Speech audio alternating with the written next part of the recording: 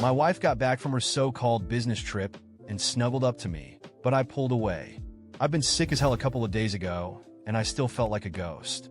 But my own wife didn't even give a damn about my pale face or the mountain of meds clattering on the nightstand. Displeased, shut up her phone to dial up that childhood friend of hers. Hey, where you at? I'm in a crap mood, come cheer me up. That prick on the other end had the balls to chuckle and say, didn't you just get back home? You want to see me again? Now she shot me this dead-eyed look while heading out the door, replying I was this close to sleeping, but I guess I can't do that in my own damn bed tonight.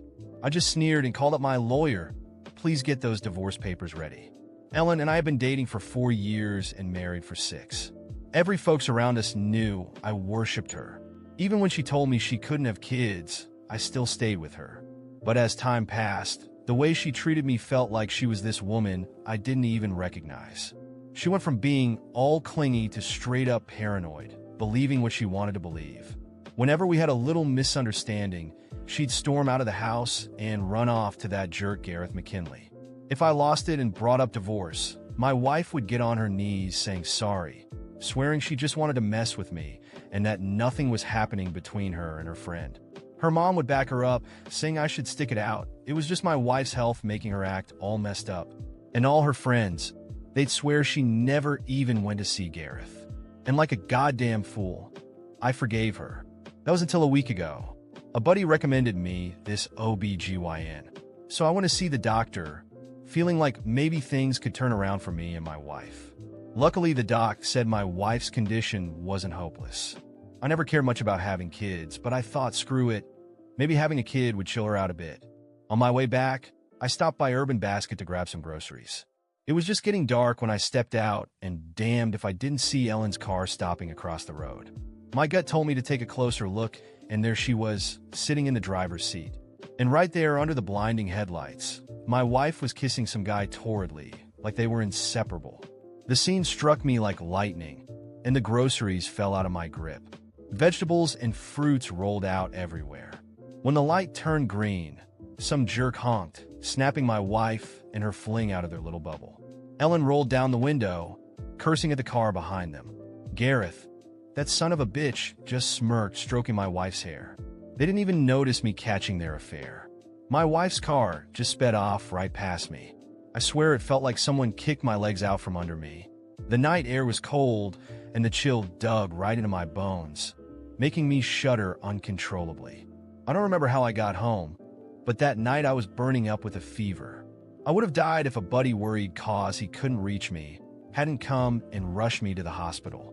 Turned out I'd suddenly developed acute pneumonia. When Ellen finally came back, she threw her suitcase down into the room. She smelled of some other dude's cologne. When she slipped under the comforter beside me, she didn't care enough to even notice my pale face or the meds littering the bedside table. I turned my head away from her and said, I'm not feeling well tonight. She got out of bed, looking down at me. Oh yeah, you just can't stand me now, right? Dang, it's not like I'm desperate for you anyway. Then she grabbed her phone and openly called that same damn number. Hey, where you at? I'm in a crap mood. Come cheer me up. I could hear the bastard's damn laugh through the phone. Didn't you just get back home? Want to see me again? Now? You really don't care if your useless husband gets mad? Huh? Ellen looked over at me with a mocking grin and laugh. Well, he's a useless waste of space anyway. Dunno why he's even got the dang nerve to reject me. She said it quiet enough that her other man on the line wouldn't catch it, but loud enough for me to hear every word. What? The bastard asked? Nothing. Just saying I can't even sleep in my own damn bed. Ellen grinned as she hung up and gave me one last look before picking up her suitcase. And then she just walked right out. There was a time I would have chased her. I would have apologized and held her no matter what bullshit she spewed. I would have appeased her with a gentle voice. But this time, when that door slammed shut, I didn't move a muscle. Just lay there in our bed alone. God, I'm so damn fed up with all her bullshits. The next day, for the very first time, Ellen came back early. I was finishing up breakfast at the table when I heard the door, but I didn't bother to lift my head. She stood in front of me like she was expecting something. No breakfast set out for her like I used to do every damn morning. Her face yelled. She was pissed as hell, and then she slammed her phone down on the table. Go ahead, start your crap.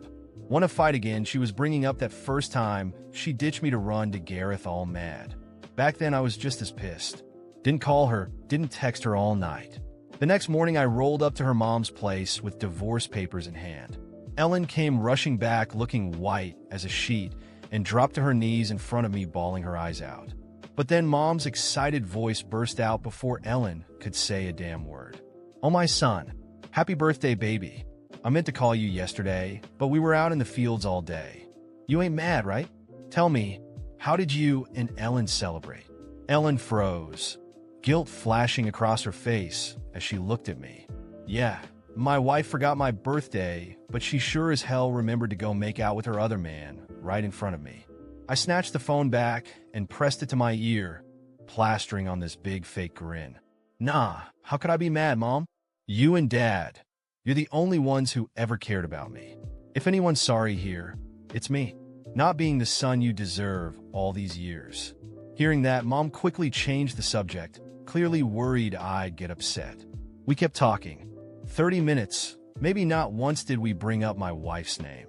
By the time I hung up, Ellen's face was all twisted up like she couldn't figure out what to do.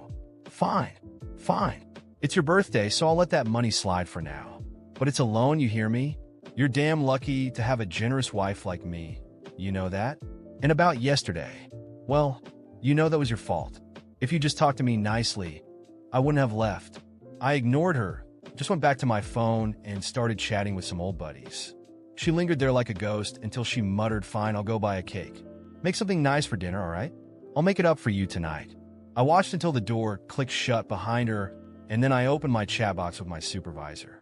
"Hey, Wesley, are you really planning on transferring to the branch? It's your hometown." "Sure, but what about living apart from your wife?" I shot back quickly. "Won't be a problem. She's about to be my ex-wife soon enough." The chat box showed she was typing, untyping, and typing again.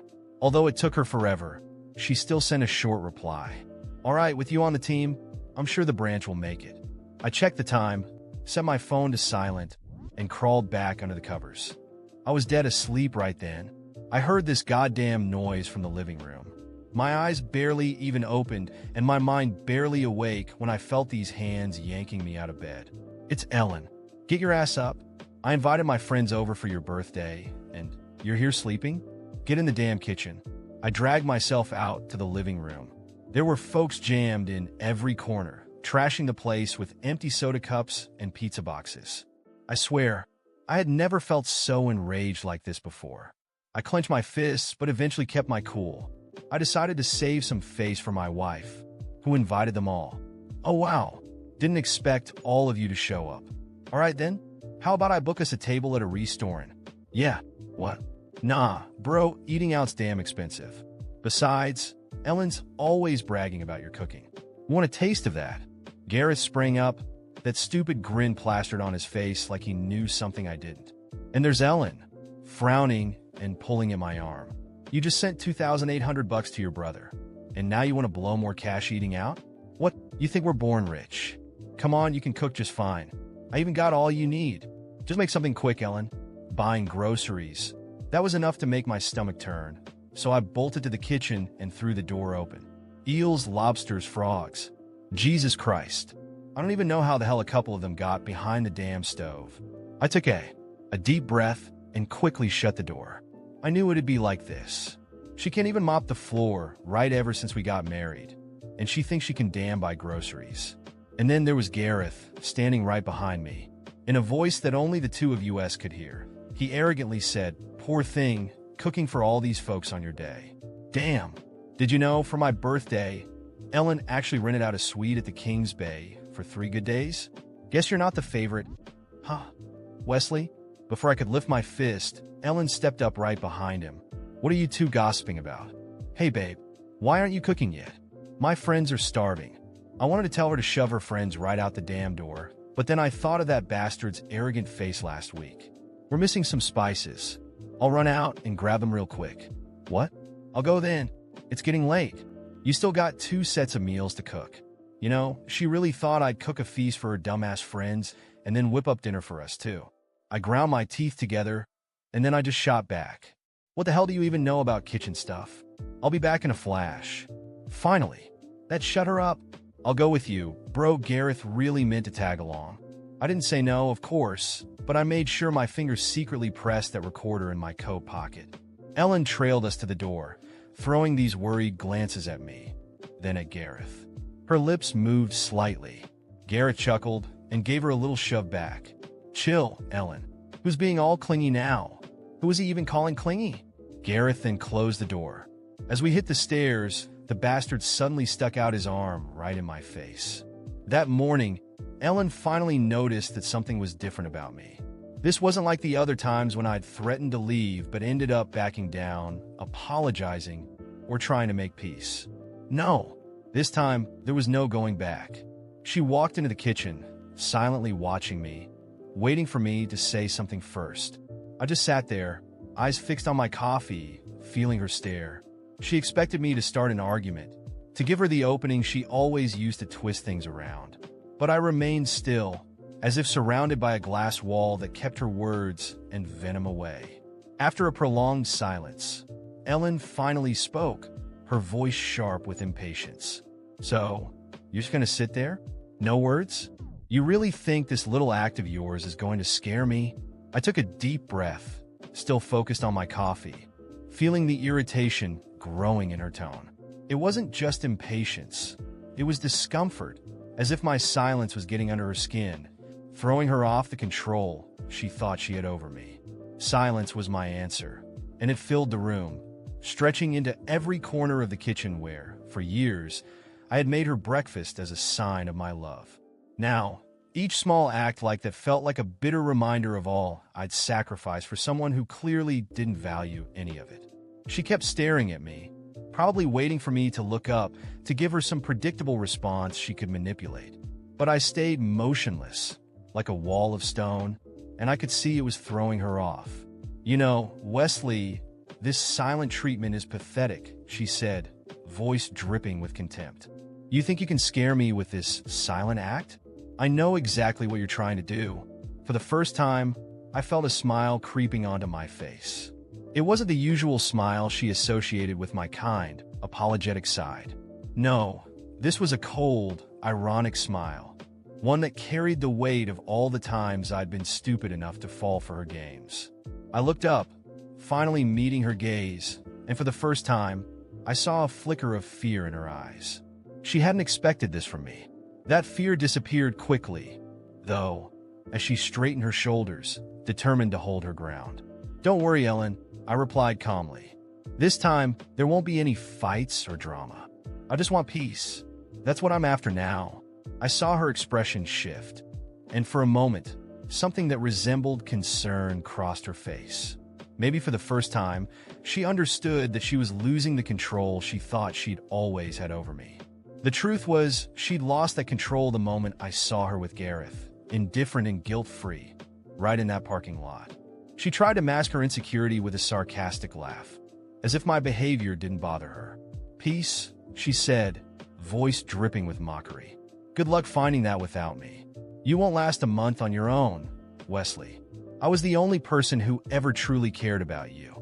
It was the first time I truly laughed in a long time. Care about me? I asked, feeling the laughter bubble up. You think sneaking off to meet another man while your husband's in the hospital is caring? Or maybe caring is dragging me through the mud in front of your friends, making me cook while you entertain them?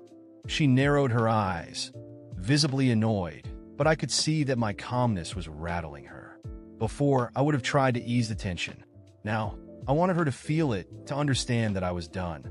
Go on and think you're still in control, Ellen. Laugh it up if you want, but I'm already out of this marriage. At least in here, I pointed to my head, and soon it'll be official. She stared at me for a long moment before opening her mouth to retort, but the doorbell interrupted us. I knew who it was. The lawyer, here with the first set of divorce papers, ready for me to sign. Ellen's eyes darted to the door, and I saw a hint of panic in her face, like she was beginning to realize that this wasn't just an empty threat. I stood up, calmly walking to the door, opening it for the lawyer, who greeted me with a serious nod. Ellen, for the first time in years, looked genuinely lost, as if she had no idea what to say or do. Please, Ellen, have a seat, I said, pulling a chair out for her. She hesitated but eventually sat down. With the papers in front of me, I took a deep breath. "This is just the beginning, Ellen," I said calmly. "I want a divorce, and I'm moving on. I'm done giving chances to someone who only wants to see me broken. From now on, I'm taking care of myself." She stayed silent for a moment, but then her expression hardened. "Oh, really? You think you could just get rid of me that easily? You don't even know what I'm capable of?" Her threat didn't surprise me. I knew Ellen would fight, knew she'd try to make the divorce as painful as possible. But I was ready. Years of manipulation and deceit had taught me never to underestimate her. I knew she'd likely go after everything she could, from property to any dignity I had left. But I was prepared to face whatever came my way to be rid of her. As she got up to leave, she gave me one last hateful look. "This isn't over, Wesley," she said, like she was warning me about a storm on the horizon. "Yeah, Ellen," I replied with a cold smile. "It's not over, but I walked out of this war a long time ago." That last argument with Ellen, her arrogant stance, as if she'd always come out on top, left a clear impression on me. I needed to put an end to this. And it wasn't just a paper-thin end with a divorce. I wanted to make it clear to her and everyone around us who she really was. I knew that trying for one final heart-to-heart talk with her wouldn't work. No, this required something she wouldn't expect, something that would make her feel a bit of what I'd been through. And with that, I decided on my approach. My first decision was simple. I stopped covering up her lies. No more playing the loyal, quiet husband while she used Gareth as some close friend she was just helping out. The first chance came when my mother casually asked why Ellen hadn't joined us for a family lunch. In the past, I would have made up an excuse, saying she was busy with work or some engagement. But this time, I was direct. "To be honest, Mom, Ellen has other plans. With her friend Gareth, who she's been meeting up with over the weekends," I replied without holding back. Silence fell over the table. My dad stopped eating. My mom looked at me wide-eyed, and my brother just stared, waiting for more. I laid it all out, without drama, explaining everything I had found out and how I'd been holding on to it in silence for years, trying to salvage a marriage that, to her, was just a front. I wasn't looking for sympathy or support, but simply putting an end to the image of us as the perfect couple. The news spread faster than I'd anticipated. My mom, who'd always defended Ellen, was deeply disappointed, and soon mutual friends started reaching out, some to offer support, others to understand what had happened. No one knew about Gareth until now, and with everyone finally aware of the other side, Ellen started feeling the impact. At family gatherings, she was met with cold stares, and among friends, people no longer held her in the same regard. But I didn't stop there. Ellen was extremely concerned with how people saw her, especially at work, where she loved to present herself as the dedicated wife and reliable professional. I knew the truth about our divorce would ruin that image. So, I decided to have a straightforward talk with her boss, a conservative man, a close family friend, and someone who'd always respected me. I met him at a coffee shop and got straight to the point. "I know this conversation might feel out of place, but you deserve to know why Ellen and I are divorcing." He listened without interrupting, his face shifting from disbelief to disappointment. I didn't have to say much, just mentioned that Ellen had been spending her weekends with a friend and that it had been happening for some time. He thanked me, and though he didn't say anything further, I saw in his eyes that he'd take it seriously. I knew it wouldn't be long before he had a conversation with her. For Ellen, the fallout came swiftly. A week later, she stormed into the house, furious, accusing me of ruining her life. I simply stayed silent as she poured out the anger that, deep down, was a reflection of her own actions. "You told everyone, didn't you? Even my boss? Now he's looking at me like I'm irresponsible, and it's all because of you," she hissed, voice loaded with rage. I took a deep breath, staying calm, and finally replied, "Ellen, you did this to yourself. I just let people see who you really are. Nobody would judge you if you'd been honest with me, but you chose to betray my trust. And now that everyone knows, you want to blame someone? Blame yourself." She stormed out, slamming the door, and I didn't stop her. I knew that every slammed door was another link breaking between us, and for the first time, I was more than okay with that. Ellen tried to hold on to her social standing, but as days passed, it became clear she was losing her grip. At gatherings and family events, she became the target of whispers and side glances. Many of our mutual friends started avoiding her, while others, who knew what I'd been through, showed me their support. Even her mother, who used to dismiss the issues, now avoided talking to me out of embarrassment. Within weeks, Ellen was isolated, without the network she'd always used to mask her actions. The final blow came when she tried to confront me in public at a company event where all our friends were present. It was the annual firm gathering, and many friends of hers, who now knew everything, were also there.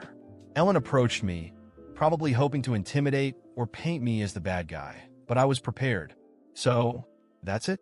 You destroy my life. And now you're here playing the saint," she said, her voice controlled, but her face flushed with anger. I kept my tone firm but calm, ensuring everyone nearby could hear. "I only told the truth, Ellen. I thought everyone here deserved to know who they were dealing with. Maybe you should start dealing with the consequences of your own choices." She tried to respond, but before she could get a word out, one of her colleagues, a friend of mine, stepped up and, unafraid to share his opinion, said loudly, "Ellen, I used to admire you, but now I see Wesley was right to move on. It's sad you played with his feelings." She left visibly shaken, and I knew that this time she wouldn't be able to cover up her lies or change the narrative. I was honest, and in the end, everyone around us could see the real Ellen. When the event ended, I felt an enormous weight lifted off my shoulders. The divorce process continued, and Ellen tried to contest some of the assets, but without her social backing and with her image damaged, her options were limited. In the end, my revenge was simple: exposing the truth, raw and unfiltered. And somehow, that turned out to be the most devastating blow for someone who always lived by appearances. I left the event feeling lighter, knowing that this time, it was a true ending. Now, after all this time since the divorce, I can finally look back with a sense of peace I never thought I'd find. It was a long, painful process, but each small victory along the way reassured me that walking away from that relationship was the best decision I could have made. I remember how I felt waking up in that empty house in those first days after the separation. It was strange, sometimes even frightening, but over time, that loneliness transformed into freedom. I rediscovered the value of taking care of myself, doing what made me happy without the constant weight of distrust and frustration that Ellen had brought into my life. At first, everything around me reminded me of our former life. People whispered, friends and family would ask how I was dealing with everything, but gradually, I let go of the need to explain what had happened. Ellen, on the other hand, faced the harsher consequences. I'd hear from mutual friends that she was trying to rebuild her life, but people no longer saw her as that perfect woman she'd always portrayed. Her image was tarnished, and she couldn't hide behind the devoted wife mask anymore. Without the respect she once demanded, Ellen started to isolate herself. No one wanted to be associated with someone who had deceived and manipulated so openly. That, for her, was a punishment much greater than anything I could have imagined. Life went on, and after a few months, I met someone new. It wasn't planned at all. Honestly, I was so focused on myself that love was the last thing on my mind. But then I met Julia on a work trip to a city I didn't know. She was unlike anyone I'd ever met. Julia was calm, with a genuine smile and an effortless way about her that made me feel at ease like I hadn't felt in years. She showed me that I didn't have to be so hard on myself, that I could trust and open up without fear. During our first few dates, I shared a bit about what I'd been through, just touching on the surface. Julia listened patiently, without judgment, and more importantly, without making me feel like my past defined me. Over time, I found myself sharing more and more with her, even the parts that made me feel ashamed. She encouraged me to look forward, to think about the plans I wanted to make and the future I could build. Each conversation with her showed me that life could be lighter, that love didn't have to be a constant game of manipulation and sacrifice. Ellen, on the other hand, seemed to spiral downward. I'd heard through mutual friends that she was still with Gareth, but their relationship was far from the fairy tale she'd imagined. Over time, Gareth revealed himself to be the opposite of what she'd hoped for. Selfish and now entirely dependent on her emotionally and financially. I heard rumors that he treated their relationship like a personal victory, parading Ellen around almost like a trophy. Her few remaining friends told me that she'd begun to see Gareth wasn't truly committed, that his interest was just fleeting, and now that they were together, whatever thrill she once felt was gone. One day, I ran into an old mutual friend I hadn't seen in years. We talked about many things, and she eventually brought up how Ellen was doing. She told me that Ellen had tried to return to her old social circle, but people no longer treated her with the same respect. After a few months of rumors and suspicions, she even lost her job. Her reputation had crumbled so much that staying at work became unbearable. It was as if people had finally seen through the perfect facade she used to hide behind. It was clear that this was a consequence Ellen had never imagined she'd face. The silent judgment, the way people distanced themselves from her, and the emptiness of a toxic relationship with Gareth where admiration and interest had long since faded. For someone like Ellen, who depended so much on appearances, living with everyone knowing the truth about who she really was turned out to be the most fitting punishment. With Julia, my life took a direction I hadn't anticipated. After a year together, we decided to move in, creating a home of our own, slowly, without rushing, but with a sincerity I had come to deeply value. Julia showed me that happiness is in the small things. The daily conversations, the carefree laughter, and the mutual trust that doesn't need to be proven constantly. With her, I learned to open up without fear, to love easily, and, most importantly, to value myself. Ellen is now a part of my past, and though resentment followed me for a while, I no longer feel the need to think about her. I heard through acquaintances that she and Gareth had serious financial problems. He continued taking advantage of her until the debt became overwhelming, and she eventually had to sell the apartment they lived in. What she was left with was a tarnished image, a failed relationship, and the weight of choices that, deep down, were always hers. In some way, I found my peace. Today, I'm grateful for what I went through because it led me here to someone who truly understands and accepts me. Ellen, on the other hand, is still trapped in a world of illusions, slowly crumbling. And perhaps that's the truest form of revenge. Knowing I moved on, build a life of substance and fulfillment, while she's left with the life she always wanted, a life of appearances, empty, without anything real.